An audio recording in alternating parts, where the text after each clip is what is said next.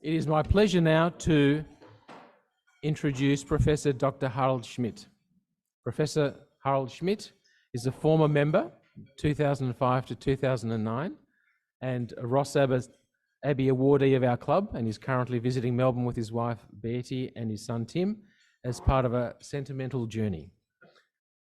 He is a German doctor and pharmacist and head of the Department of Pharmacology at Monash University. Now he works in big data and clinical research at Maastricht University in Netherlands. And we look forward to his commentary on the end of medicine as we know it. Dr. Schmidt, over to you.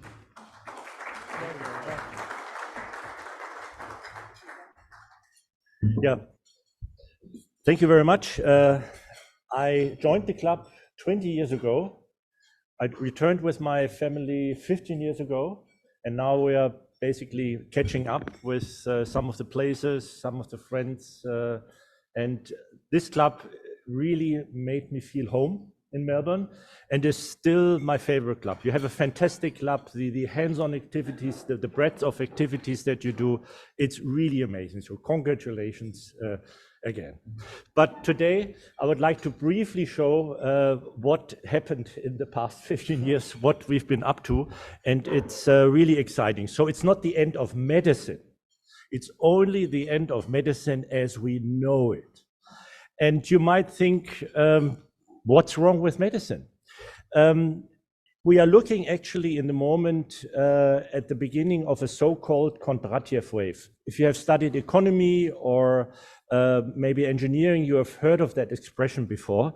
These were the major socio-economic revolutions in our society. They usually last 40 years. They begin with a huge crisis. They abolish concepts that we thought will be there forever. Things appear that we would have thought are completely impossible. So for instance, the invention of the steam engine on the left enabled the Industrial Revolution. Since then, we had a couple of other Kondratiev waves, mainly based on another energy source. And I think we all agree that the most recent Kondratiev wave was the IT revolution. But we are at the end of the IT revolution. We have our Amazons, our Apples, our Microsoft, and so forth. And futurologists think the next big thing is actually a complete redefinition of psychosocial health. So how we define health, how we preserve it, and how we regenerate health. And all these waves start with a crisis. And you may say, what crisis? So, for instance, you would be right if you say mortality has decreased since 1900 dramatically. That's a huge achievement for medicine, and it is. But let's have a look. What was the contribution of preventing and treating infections? So hygiene, vaccination, and antibiotics. That's the red line. By the way, the peak is the Spanish flu. And now when we subtract the red line from the black one, that's what medicine has achieved in all other areas since 1900. And actually, since several years, the life expectancy in most Western countries is decreasing. So there are several reasons for that. The biggest problem we have in medicine is that we actually don't understand any disease, with the exception infectious diseases.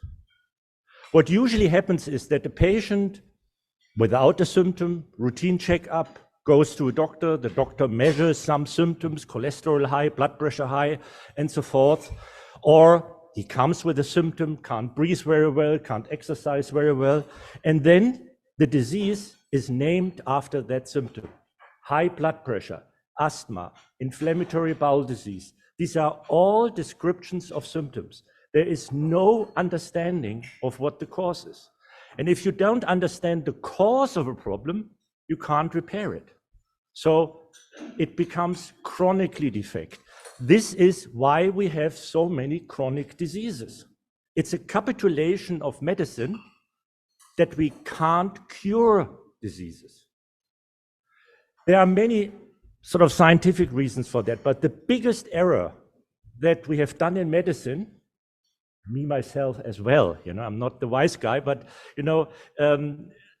we have to come to the conclusion that splitting up the human body organ by organ and having for every organ a clinic, a clinician, and a research discipline like neurology, neurologist, and neuroscience, cardiology, cardiologist, and cardiovascular research makes absolutely no sense. Think of rare diseases where we actually know the cause. A single gene is the cause for a rare disease. And those patients very often have symptoms in 2, 3, 4, 5 organs. That's the simplest form of a disease. And it shows us already an organ-based approach makes no sense. Or even worse, naming a disease after a doctor. Alzheimer, Parkinson. What sort of disease definition is that? So, to cut a long story short, for me personally, the eureka moment was when I saw this publication actually by a physicist. It's a network scientist. He did something that we with our brains would never be able to do. He did the network of all human diseases at once. In this network, the diseases are linked through shared risk genes.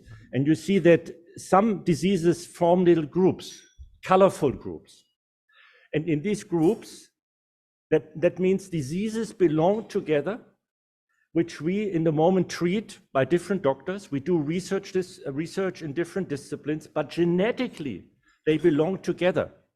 And you can do these networks also with comorbidities. So if two diseases always occur in the same patient, maybe there are not two diseases, maybe they are the same disease. So this big data.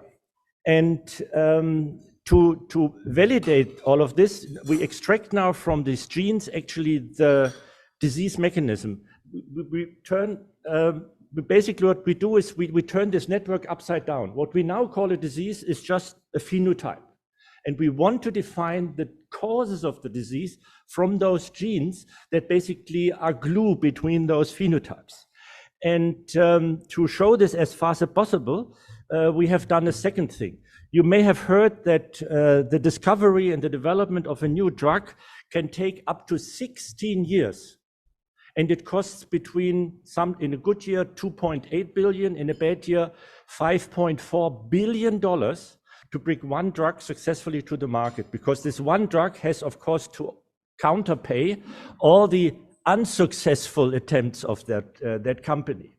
And what we do is we take drugs that are already on the market where we know the side effects and try to find new indications for them, which means we don't have to develop anything. The drug is already on the market. We go ideally directly to a phase 2 clinical trial. That's the proof of concept in patients. And we are in touch with regulators, at least in Europe. They say you don't need to do the phase 3 trial because they are not usually very representative anyway. And we hand it directly over to SME and industry. So what usually takes billions and takes up to 16 years, we do within 2 years, 500,000 maybe. So to bring these innovations to the patient, and with this precision, we think it will be possible in future to actually cure diseases. And if we have done that a couple of times and have biomarkers with which we can monitor whether a disease risk is actually manifesting in a patient, we could even intervene earlier, even before the patient ever had the symptoms of his risk, and even prevent the disease. Thank you. Well, I must say that was absolutely fascinating. Whirlwind, but looking at the health system in that way, I think it's one of the new positive mechanisms which maybe even AI can help. It does. Doing things. Now, all right. So, Dr. Schmidt, wonderful to have you back at our club. We have a gift here for you. It's one of our legendary socks, Rotary socks, limited edition. You can't get anywhere down the street. Please enjoy. Thank you. And it's 200% Australian because it's made locally by our past president, Philip Endersby's company, Wilderness Wear. And we hope you enjoy it and look forward to seeing you and your family back again soon. Very much. I still have the yellow lycra from around the Okay, bay. You know, very good. perfectly.